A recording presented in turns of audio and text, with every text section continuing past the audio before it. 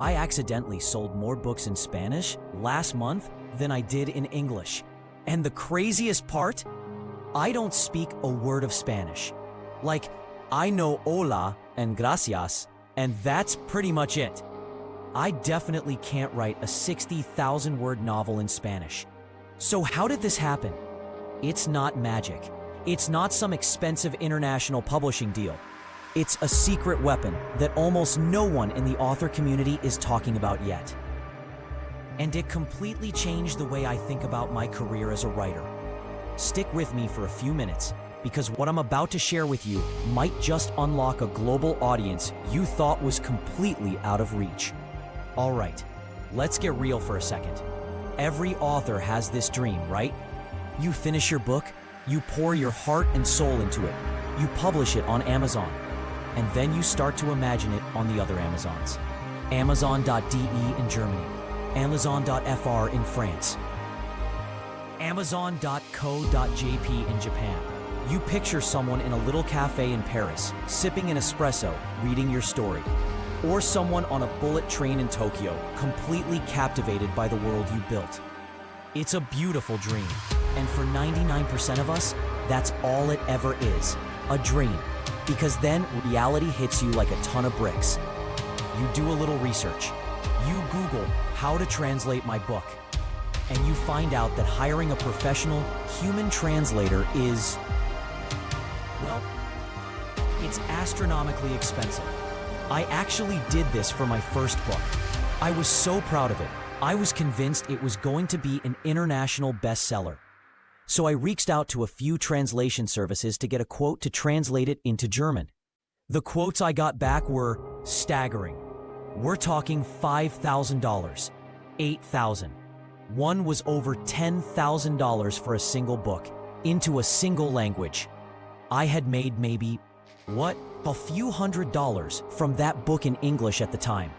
The math just didn't make any sense. And it's not just the money.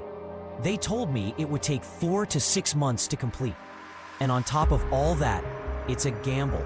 How do you even know if they're any good? How do you know they're capturing your voice, your humor, the subtle nuances of your writing, if you can't even read the language?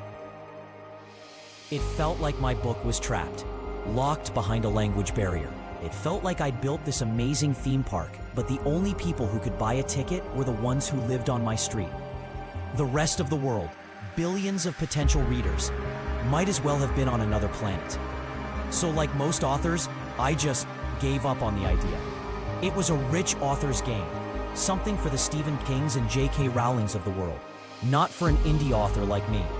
Now you might be thinking, what about Google Translate? Oh, I tried.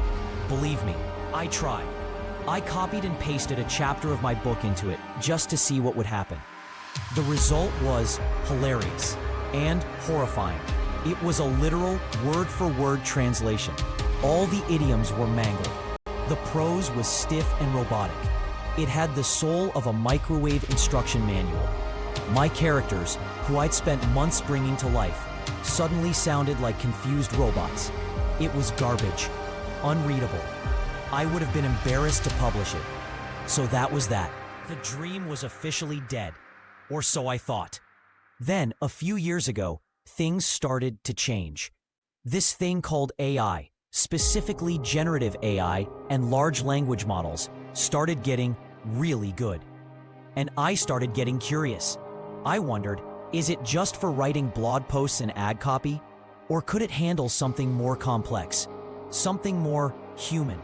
Could it handle art? Could it handle storytelling? So I decided to run an experiment. I took that same chapter that Google Translate had butchered, and I gave it to a modern AI model. But I didn't just say, translate this. This is the key. I gave it context. I told it about the book's genre, the tone, the style. I said, this is a thriller with a sarcastic but brilliant main character. The prose should be fast-paced and witty. Preserve the voice of the protagonist. I fed it a few pages in English to learn my style. Then, I asked it to translate the chapter into Spanish. I held my breath and hit enter. And what came back? Honestly, it gave me chills. It wasn't just a translation. It was a transmutation. The words were different, but the feeling was the same. The jokes landed. The witty banter between characters felt natural. The tension in the action scenes was still there. My voice, it was still my voice. It just happened to be speaking fluent Spanish. It was about 95% perfect. There were a few small, clunky phrases, a couple of idioms that didn't quite stick the landing, but the heavy lifting, the thousands of dollars and months of work was done in about 30 seconds. This is where I had my big aha moment. The game had completely changed. Now, I can already hear the skeptics, and that's good. You should be skeptical. This is your art we're talking about. So let's tackle the two biggest myths about this head on. Myth number 1. AI translations are soulless and robotic. This used to be true. Old tools like Google Translate used a system that was basically a high-tech dictionary. It swapped one word for another. There was no understanding of context, subtext, or artistic intent. That's why it felt so clunky. Today's AI is completely different. It's not a dictionary, it's a storyteller. It's been trained on billions of sentences, books, and articles in virtually every language. It understands things like sarcasm, metaphor, and tone. The secret is that you are the director. You don't just press a button. You guide it. You teach it your style. You tell it how you want the story to feel. The AI becomes your co-pilot, your insanely fast, multilingual partner who does the grunt work so you can focus on the art. It's not about replacing your soul. It's about giving your soul a passport.